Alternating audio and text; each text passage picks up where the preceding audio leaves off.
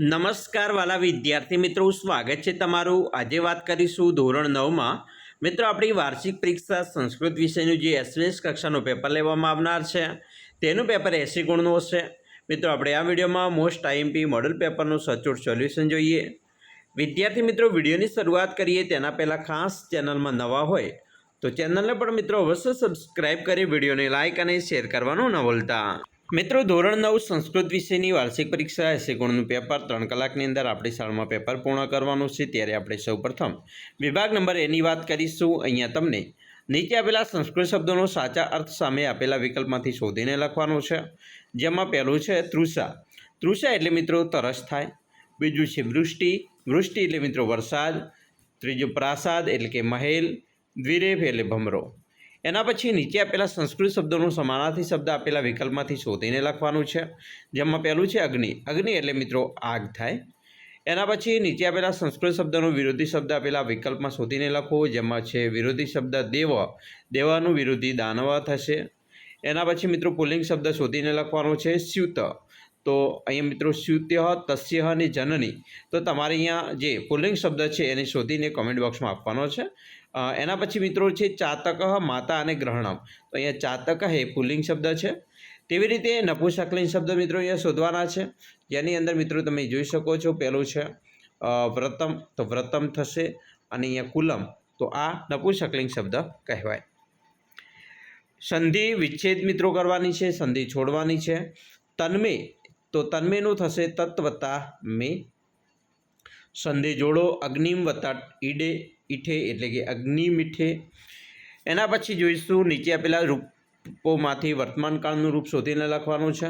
તો અહીંયા મિત્રો વર્તમાનકાળમાં ઈચ્છાવહ એ વર્તમાનકાળનું રૂપ છે। એના પછી મિત્રો ભવિષ્યકાળનું રૂપ શોધીને લખવાનું છે। તો અહીંયા ગમિષ્યતઃ, બરાબર, આ જે છે તે ભવિષ્યકાળનું રૂપ છે। તેના પછી મિત્રો અહીંયા ભૂતકાળનું રૂપ લખવાનું છે, બરાબર। તો અહીંયા અકથયમ, તો એ ભૂતકાળનું રૂપ છે। પછી દ્વિતીય એકવચનનું રૂપ લખવાનું છે। તો અહીંયા જે વિકલ્પ આપેલા છે તેમાં આવશે સંન્યાસીસુ, એ દ્વિતીય એકવચનનું રૂપ છે। પછી રેખાંકિત પદનું કૃદંત ઓળખવાનું છે। તો અહીંયા મિત્રો કૃત્વા, તો એ સંબંધક કૃદંત છે। અને બીજું છે વિચિંતસ્ય, વિચિંત્ય, તો વિચિંત્ય એમ પણ મિત્રો સંબંધક કૃદંત છે। મિત્રો રેખાંકિત સમાસનો પ્રકાર ઓળખવાનો છે। અહીંયા સુરાસુર ગણઃ, બરાબર, તેનો તમારે મિત્રો રેખાંકિત સમાસનો પ્રકાર કયો છે તે કોમેન્ટ બોક્સમાં આપવાનો રહેશે। અને બીજું છે તડાગ ગઝલ મેવ, તો એ ષષ્ઠી તત્પુરુષ સમાસ છે। વિભાગ બી ઉપર જઈશું। અહીંયા તમને આપેલા છે કૌંસમાં આપેલા શબ્દરૂપોમાંથી યોગ્ય રૂપ પસંદ કરીને ખાલિયા પૂર્ણ કરવાની છે। જેની અંદર મિત્રો પહેલી ખાલિયા છે ભોજઃ। ભોજઃ નામ નૃપતિ પ્રજાપ્રિય ખાલિયા, તો અહીંયા થશે મિત્રો આસિત। 22 મય પરિપૂર્ણ ખાલિયા વર્તતે, તો જવાબ આવશે જ્ઞાની, બરાબર, અહીંયા આવશે જ્ઞાની। એના પછી જોઈશું કૌંસમાં આવેલા શબ્દનો પ્રયોગ કરી પ્રશ્ન વાક્ય બનાવો। મિત્રો અહીંયા આપેલું છે તોયમ। તોયમનો આપણે ઉપયોગ કરીને પ્રશ્ન વાક્ય છે એ બનાવવાનું છે। એની જગ્યાએ બીજો અહીંયા કદા, કહ, કિમ અને કિમર્થમ એનો ઉપયોગ, કોઈ પણ એકનો ઉપયોગ કરીને આપણે પ્રશ્નાર્થ વાક્ય બનાવીએ તો ખન્યમાના ભૂમિ કી દદાતી, અહીંયા આવશે કી દદાતી। એના પછી મિત્રો અહીંયા આવશે ચરકા ચારસ્ય, એની જગ્યાએ આપણે કશ્યનો ઉપયોગ કરી અને પ્રશ્ન વાક્ય બનાવીએ। કશ્ય ચરક સંહિતા નામક સુપ્રસિદ્ધ ગ્રંથ વર્તતે। મિત્રો એના પછી ગદ્યખંડ છે, એની અંદર તમારે જે સૌપ્રથમ મિત્રો અહીંયા જે ગદ્યખંડ છે એને વાંચવાનો છે, સમજવાનો છે, અને પછી જે પ્રશ્ન આપેલા છે નીચે એનો યોગ્ય જવાબ આપણે લખવાનો છે। તો તમે અહીંયા જોઈ શકો છો સૌપ્રથમ અહીંયા 5 પ્રશ્ન આપેલા છે અને એના જવાબો તમને આપેલા છે। યોગ્ય મહાવરો કરવા માટે તમે પહેલાં પ્રશ્નોને વાંચી લો, પછી ફકરામાંથી શોધી અને તમારી જાતે મિત્રો પ્રશ્નોના જવાબ શોધો અને પછી અહીંયા તમે જોશો તો તમારો જવાબ 100% મેચ થશે। એના પછી રેખાંકિત પદનું શુદ્ધ કરીને ગદ્યખંડમાં ફરીથી લખવાનું છે। તો અહીંયા મિત્રો આવશે પાતુમ, તો અહીંયા થશે પાતુમ। ગંતુમ, તો અહીંયા આ રીતે ગંતુમ લખીશું। અને પ્રતીક્ષામ કુર્તુ, તો પ્રતીક્ષામ કુર્તુમ, તો આ રીતે લખીશું। વિભાગ સીની અંદર મિત્રો નીચે આપેલા પ્રશ્નોના ઉત્તર ગુજરાતી ભાષામાં લખવાના છે। પહેલું છે ફૂલાચાર એટલે શું? તો મિત્રો ફૂલાચાર એટલે કુળોનો આચાર, પરંપરા કે રીત, રઘુકુળની આ પરંપરા, રઘુકુલ રીત સદા ચાલી આવી, પ્રાણ જાય વચન ન જાય, આવા એક વચનની નામે રામે દશરથની આજ્ઞાનું પાલન કરી રાજત્યાગ કરી વનવાસ સ્વીકાર્યો. એના પછી 28મો છે, વલ્લભીમાં કઈ 18 વિદ્યાઓનું પાઠન થયું હતું.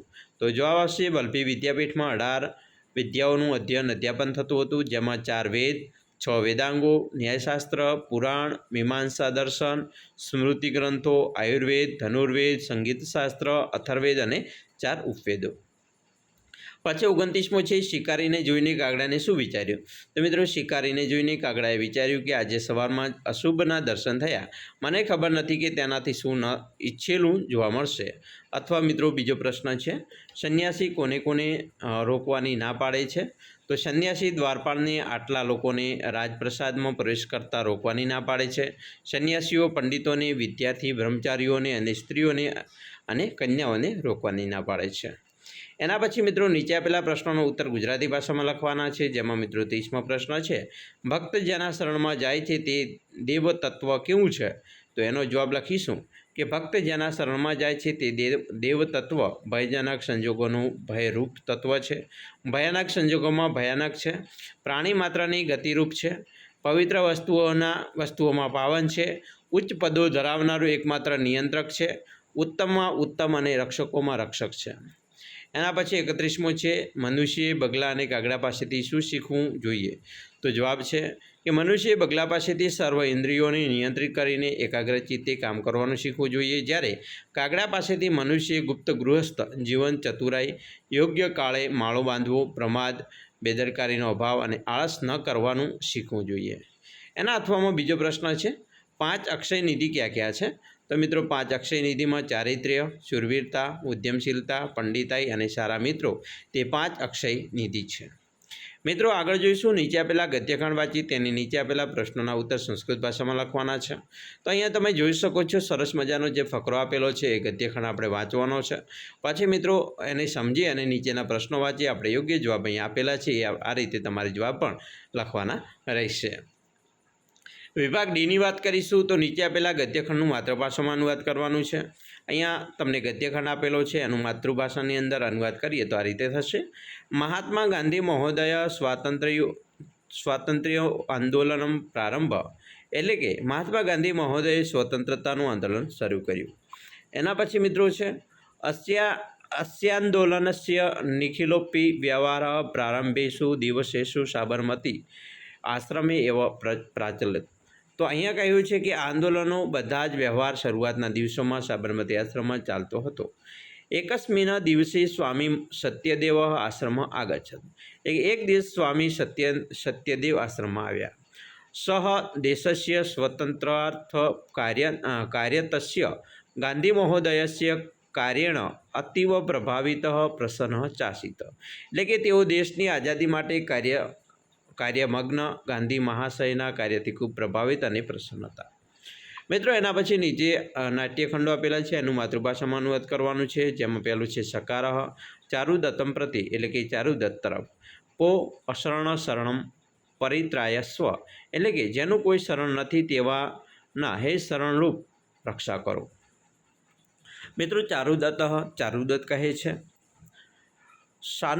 સાનુકંપમ, એટલે કે દયા સાથે, અરે રે અભયમ શરણાગતસ્ય, એટલે કે શરણે આવેલાનું અભય થાવ. શર્વિલક કહે છે સાવેગમ, એટલે કે ક્રોધ સાથે. અરે અપનિયતામ અયમ ચારુદત્તા પશ્ચાત, એટલે કે આને ચારુદત્ત પાસેથી દૂર લઈ જાઓ. ચારુદત્તમ પ્રતિ, એટલે કે ચારુદત્ત તરફ. નનુચ્યતા, એટલે કે ખરેખર. કિમસ્ય પાપસ્ય અનુષ્ઠયતામિતિ, એટલે કે ખરેખર બોલો આ પાપીનું શું કરવામાં આવે.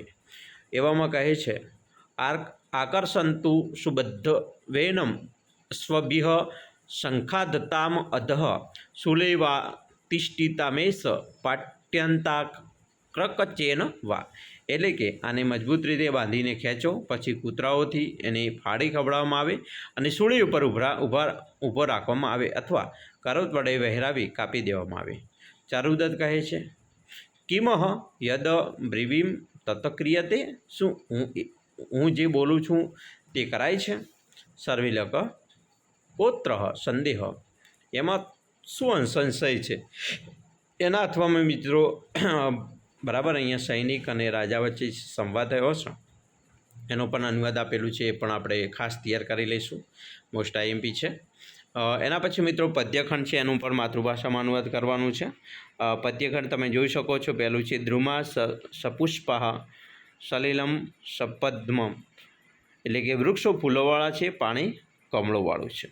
સ્ત્રીય એટલે કે સ્ત્રીઓ, સકામહ પવનમ સુગંધી, એટલે કે સ્ત્રીઓ કામનાવાળી છે, પવન સુવાસવાળો છે. સુખ પ્રદોષા દિવાસાચ રમ્યા, એટલે કે સમી સાંજનો સમય સુખમય છે, દિવસો રળિયામણા છે. સર્વપ્રિય ચારુતરમ વસંતે, હે પ્રિયા વસંત ઋતુમાં સઘળું ખૂબ સોહામણું છે.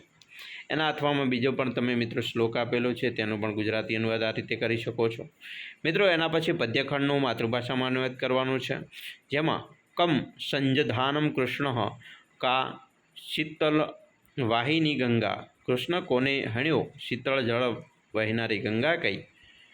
કે દાર પોષણ અર્તા કમ બલવંતમ ન બાઘતે શીતમ, એટલે કે દારા સ્ત્રીઓને પોષણ આપવામાં રત કોણ છે, ક્યાં બળવાને ઠંડી લાગતી નથી.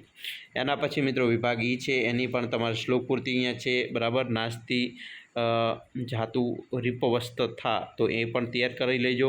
શનિ પંથા શનિ એ પણ મિત્રો તૈયાર કરી લેવાની છે.